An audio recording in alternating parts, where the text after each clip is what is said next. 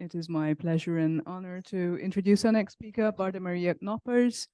She is the founding director of the Center for Genomics and Policy at McGill, Montreal in Canada. And she is also the chair in law and medicine at the same university. I think I will just mention very few explicit achievements that Bartha has contributed to. One is the Human Genome Project, where she was the chair of the International Ethics Committee.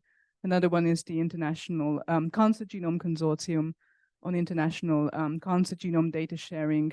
A further one is the Human Cell Atlas, where she is chairing the Ethics and Governance Committee, and the just mentioned Global Alliance for Genomics and Health, which is now registered as a nonprofit organization in Canada, contributing to international standardization in the field of genomic data sharing. Bartha, welcome. It is our pleasure to have you here, and we're very much looking forward to your talk.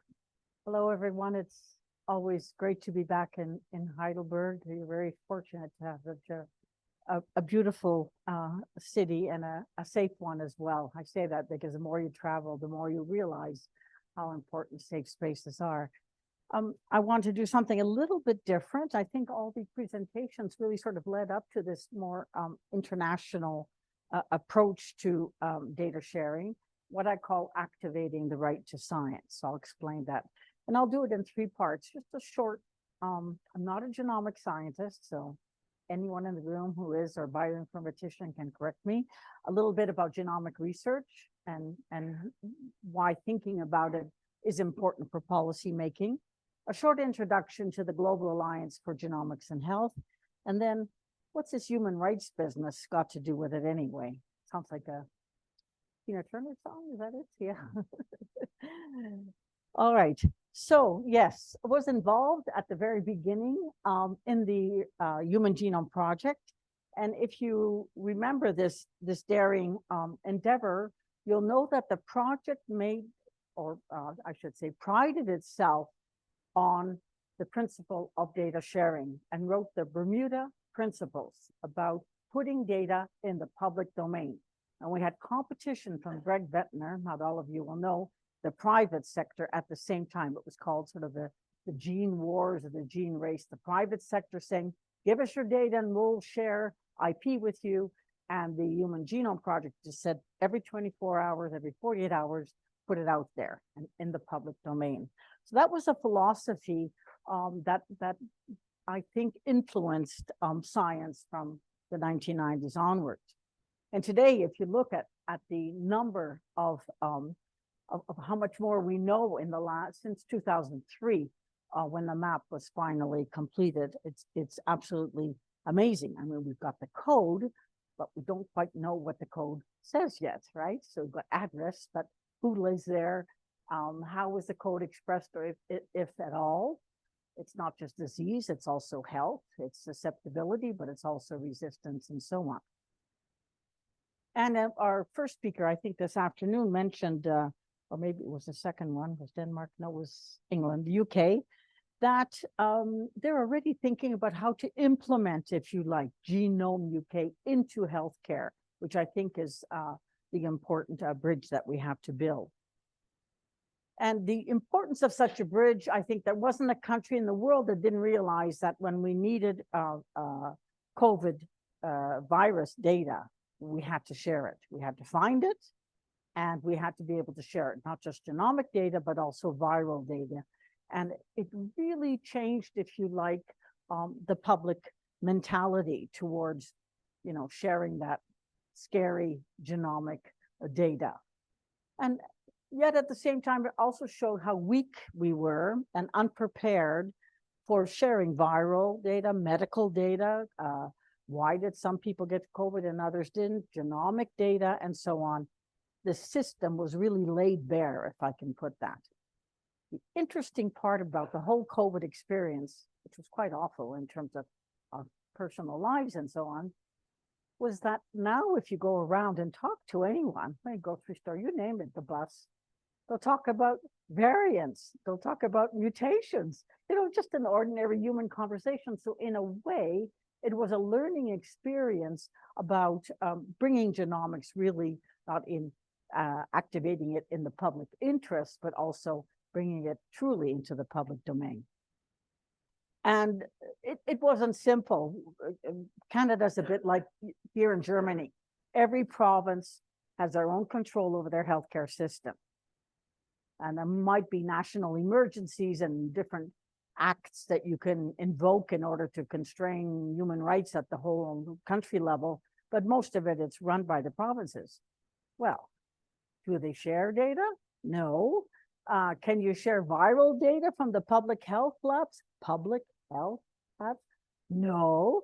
And we discovered that the whole, and it's a concept that's foreign to me, that you cannot send data to Alberta or receive Quebec data in British Columbia and so on.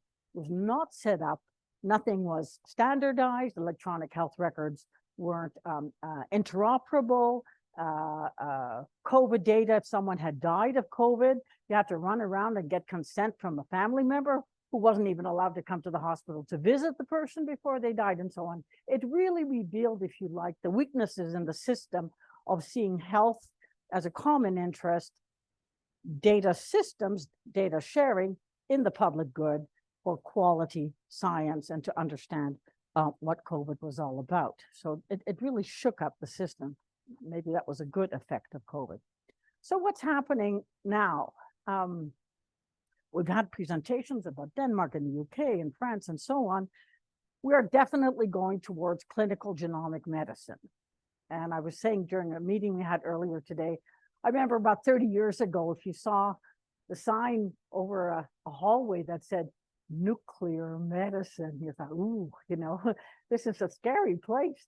And I think still with genomics, it hasn't quite normalized yet. I would like to see genetic genomic data, it's just a form of health data, like other health data, but we're not there yet. But we are definitely proceeding at an incredible rate of knowledge gathering. And here are the number of genomes. You can see exponentially how they're going, not only numbers, but also their storage and use in the cloud. Now, this is where I got scared because I prepared this presentation before coming here. And I know about 48 hours ago, I got the progress report from the GHGA. And I saw on page 8 that the $60 million figure that I'd put on these slides actually coincided with their scientific figure. And I thought, oh, phew, because, you know, you want to make sure you're not contradicting your hosts. And 60 million genomes will be sequenced by 2025 in the G20. 20 million from rare disease and 40 million from cancer. We have clinical trials, and we also have that sort of unknown science of cohorts. I think we saw a bit of it with the, almost the start of it, if you like, from normal population genomics with the emergence of biobanks in starting in around 2003 in the UK, Estonia 2002, Japan, and many other countries that have them. And these longitudinal population biobanks introduced for the first time the notion that you can participate in research as a resource, creating a resource. Not about you. You give your data, you give a sample, you tell them, you know, how much you earn, where you live, what you eat, and so on, and they call you back and update your data. You're participating as a citizen. So the last question was about the public good. What are these population biobanks for? They're there as resources built by citizens to serve the public good in research that can use them for studies. So, just to conclude on this first part, if we leverage this pandemic emphasis on disease sharing, data sharing across the globe, maybe we can enable the secondary use of clinical genomic data for research and get to those 60 million samples a lot quicker, and not only speed, with a lot more quality. Because the more we share data between countries, not only within countries, the more we have the representativeness, the diversity that we need to truly stratify and come down to more targeted treatments and resource allocation. So this is the hope. It can demonstrate patterns, increase statistical significance, lead to stronger variant interpretations, increase accurate diagnosis. That's why we need it in the clinic. We need the variant interpretations and so on in the clinic, and we can advance precision medicine and not spend money everywhere for everyone, for everything without really knowing what we're doing because we don't want to identify people. So what are the core principles of data sharing? Well, I'm necessarily pleading the case for international data sharing, the translational continuum from research to health, from health back to research, encouraging technology-enabled federated approaches, and for that, you need interoperability. You have to think way ahead in a sort of anticipatory governance way. Can we talk to each other? Can we share our data? How long will it be good for if we at least have minimal standards and formats? But also the use of data has changed. We no longer sort of go and download and then analyze. So we move now to a model called data visiting, simply because of the sheer size and also because of security concerns. So we have different approaches, a centralized knowledge database, the data commons, and we're going to see less and less of this, unfortunately, because of the GDPR and because of privacy and security concerns. The hub and spoke with common data elements, structures across and common usage rules, but leaving the projects specific. And finally, linkage of distributed and disparate data sets. So I would think that this federated model, for which Germany and Canada seem to be well suited because we're both federations, will allow us to move analysis to the data that we know, and you don't have to download aggregate data to the researcher. And if there is some sort of common approach, a minimum amount of harmonization to ensure interoperability at the national level, like core elements for consent, at least. You can have specificity depending on region, or in Canada, we would have it for Indigenous peoples, for instance. Transfer methods and skill into the healthcare sector from the research and from the healthcare sector back into research, and then leverage healthcare data across the system. So there's several ways of doing this. You can do a central database, aggregate data globally, analyze locally, secure cloud, which I think is really promising considering the size of data sets today and tomorrow, or a federated approach, which is more complicated as we're finding out in the GHGA project in terms of being able to be efficient and maintain high standards in terms of oversight as well. So since data is distributed globally, we need interoperable standards to answer research questions. So that brings me to the Global Alliance. And this is a effort that came from the scientists themselves. Okay, no one dreamt it up in some government or EU meeting or whatever. Some of them were the scientists in the original Genome Project. Others were epidemiologists interested in creating population biobanks. Others were citizens saying, we're not going to be able to afford universal healthcare systems if we don't get organized on what to do with the data, how to share the data, how not to do everything in silos and waste money and destroy the sustainability of universal healthcare systems. So in January 28, 2013, 30 people got together in New York in a snowstorm and dreamt up this idea of a global alliance. The mission being to accelerate progress in genomic science and human health. It's a global alliance for genomics and health. By developing standards and framing policy for responsible genomic and health-related data sharing. And the eventual, well, I should say, we started with a framework for the responsible sharing of genomic and health-related data. Once the framework was accepted, and I can give a whole speech, but I did it the other day to the Code of Conduct people.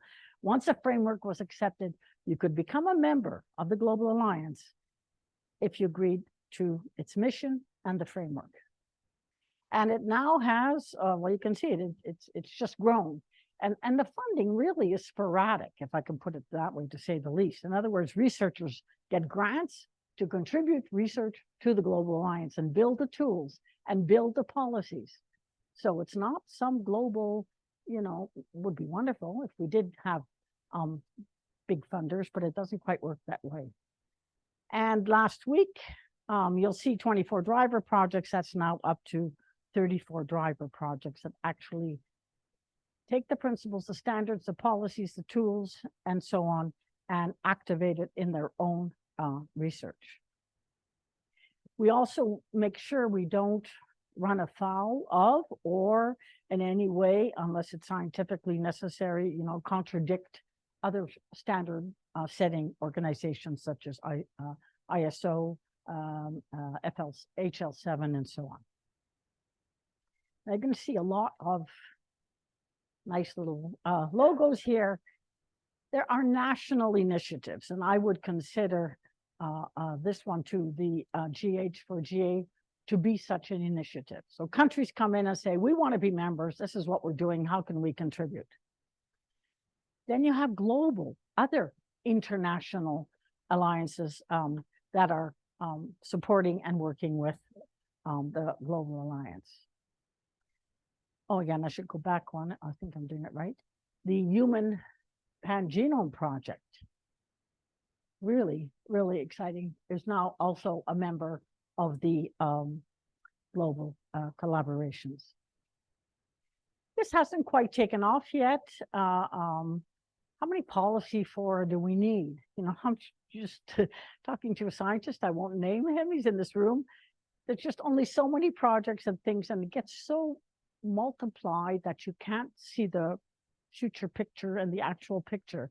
And how much more policy that all these international disease consortia necessarily have global policy. So this remains an aim, but hasn't concretized yet.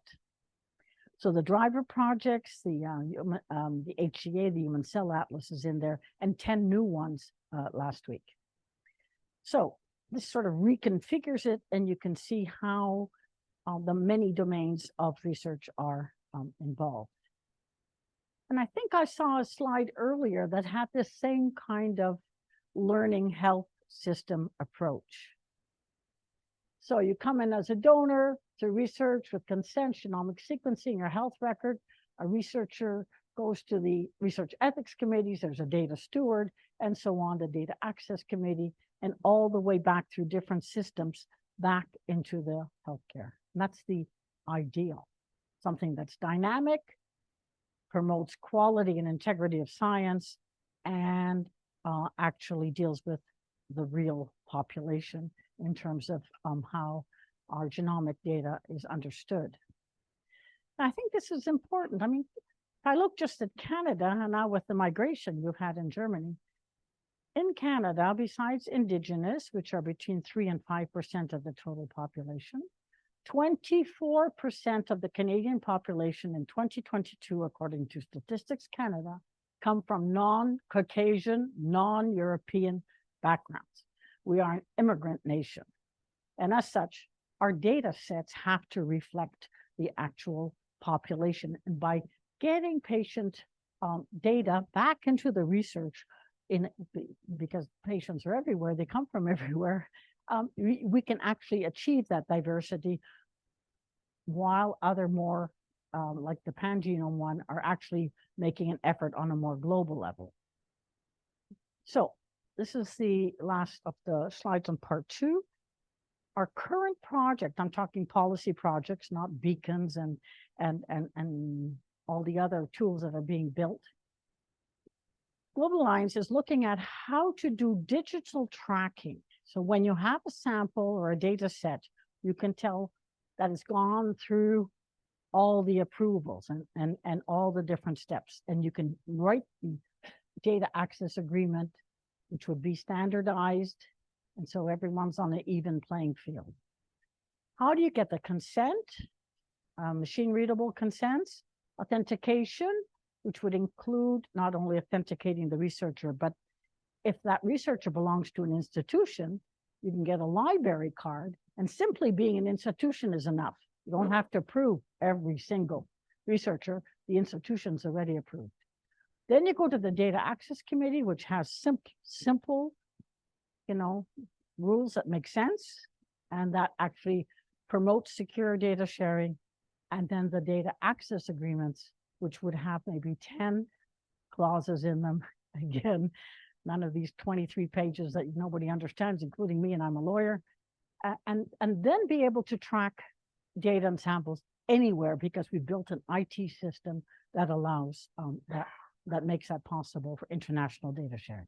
It's a project. It might take another year or two. So to conclude on the last part, which is on the human rights part, when we had that meeting in New York in 2013,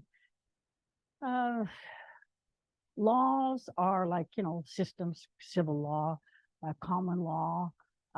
Some of the ethical principles are binary. And there wasn't a way to catalyze, to make actionable this Cinderella right, we call it, the right to science.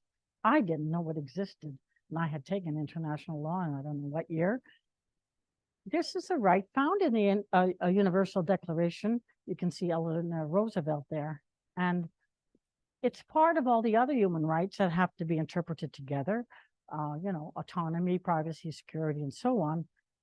But it stands out in the fact that it's what we call a Cinderella right. It hasn't really been used or interpreted in a way that we can use, particularly in science. So what does it say? It says everyone has the right to share in scientific advancement and its benefits. That's everyone.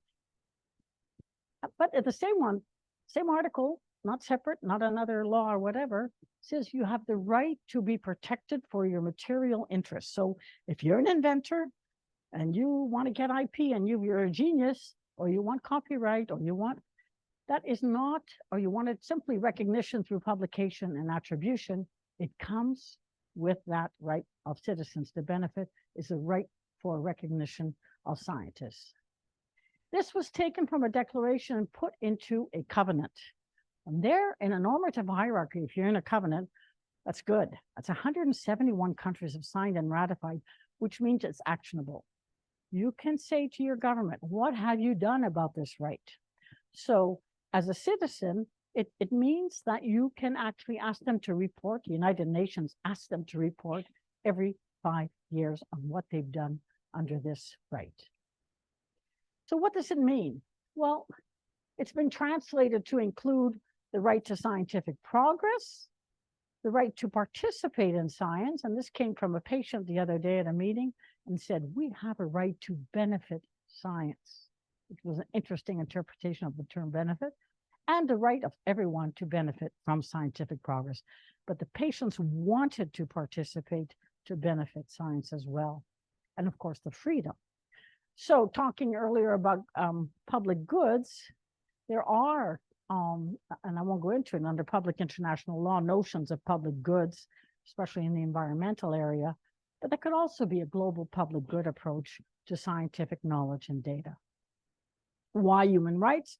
Well, because they're universal. They get beyond the sort of, in my country we do this, and my country we do that, and my values and so on. These are human rights, have international legal force, and they can belong to groups as well as individuals and impose positive duties on governments. So I'm going to speed up a bit here.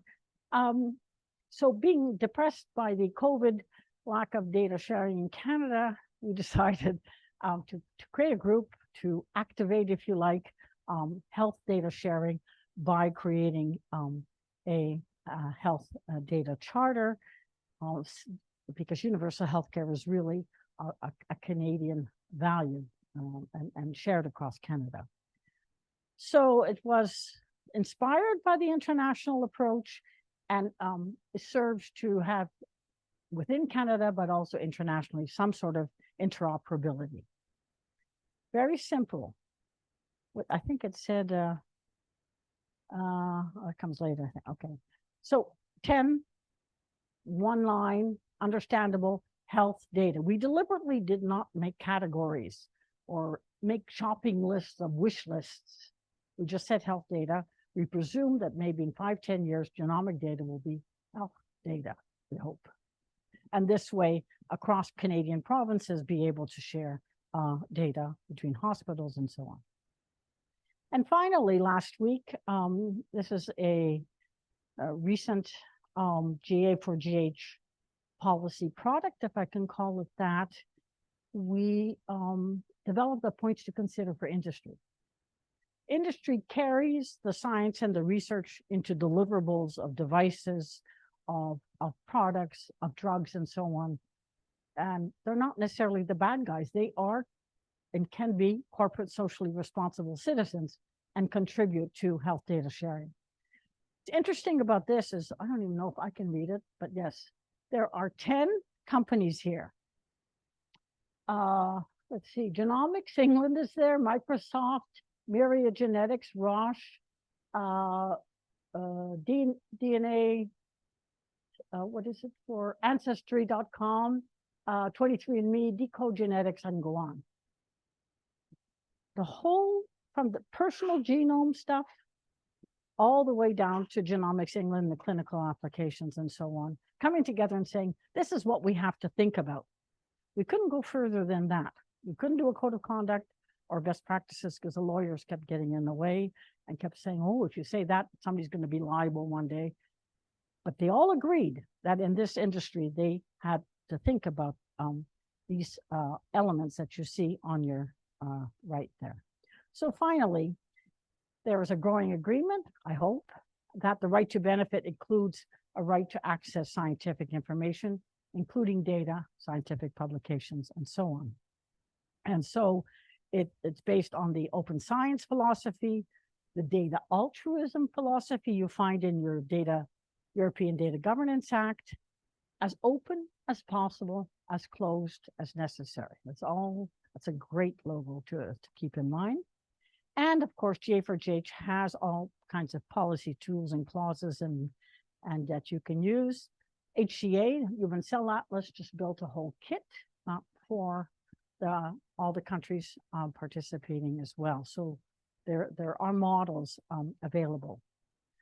So the goal then of international genomic data sharing is to ensure that it becomes part of mainstream medical care. That'll certainly destigmatize it, de-exceptionalize it, demystify it, and finally it'll get back to patients. And so we need broad policy communities with scientists to build these toolkits. Don't ever build a toolkit or a policy where you don't have scientists and patients in the room. And that way, I think we can activate the right to science around the globe. Thank you.